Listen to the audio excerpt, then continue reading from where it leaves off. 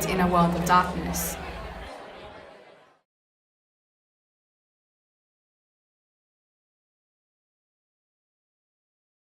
What if I told you maths was the key to enjoying sight and sound? What if I told you maths was the key to human experience? Maths is one of the most fundamental elements of one of the most simple pleasures in life, listening to and playing music. Math not only enables music to occur, but it allows humans to receive music through the use of sound waves and signals. Let's take a look at some of our most popular instruments, such as the piano and guitar. Each string instrument must be tuned to create pleasant chords, notes, and melodies. In order for sound to be projected in the correct tune and pitch, the strings of a guitar must have perfect tension and length over the guitar frets. The guitar frets themselves must be spaced accurately to allow for the appropriate increments in tone and sound to occur. Now, these frets aren't just placed arbitrarily. Their spacing is calculated through the Pythagoras theorem. Now, when one examines a basic theory of music, it can be seen that maths applies to all instruments through the chord circle, which consists of notes C, C sharp, D, D sharp, E, F, F sharp, G, G sharp, A sharp, and B. All notes in the chord circle are separated into 12 equal semitones, which is also better known as the equal tempering system. In this equal tempering system, each octave represents the frequency of a factor multiplied by 2, and each octave represents the frequency of a factor multiplied by the 12th root of 2. The number equating to 1.059463 is possible because 12 times 1.059463 is 2. Furthermore, if we look at the importance of pitch, it can be seen that this concept of music is created by vibrations. For example, if we take a look at a normal piano and press the middle A note, the string will vibrate 440 times a second, which is also known as 440 Hz. If we stretch a little bit further and press the next A note, which is above middle A, we will find that every time we go up an octave on the piano, we will double the frequency.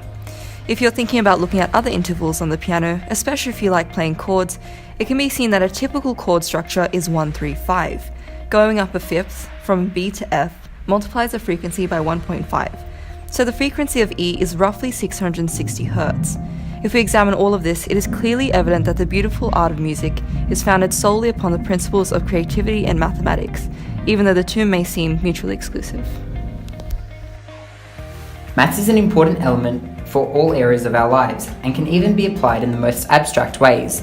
The golden ratio is an element of mathematics that can be applied to art. It is useful in determining the dimensions of an artwork.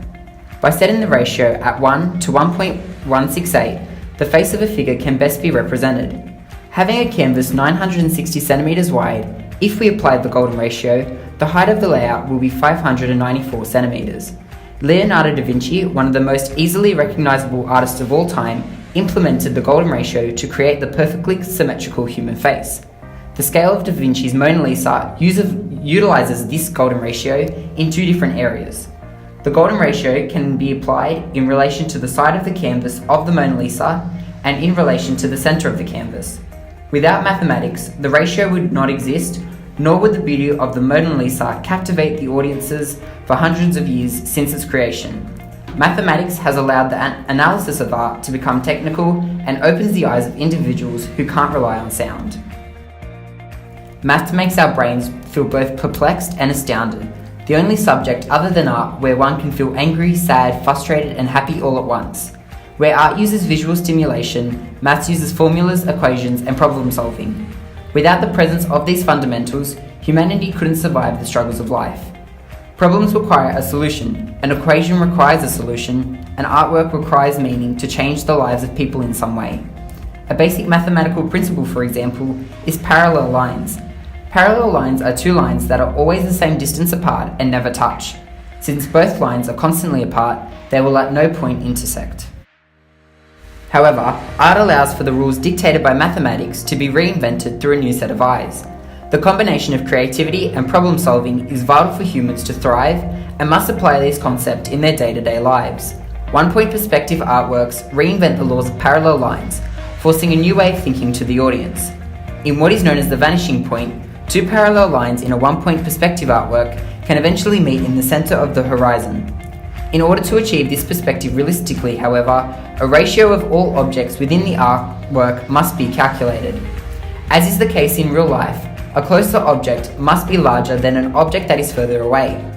Understanding parallel lines, ratio and scale are quite simple mathematical concepts, but require skill and perspective to engage with on a deeper level.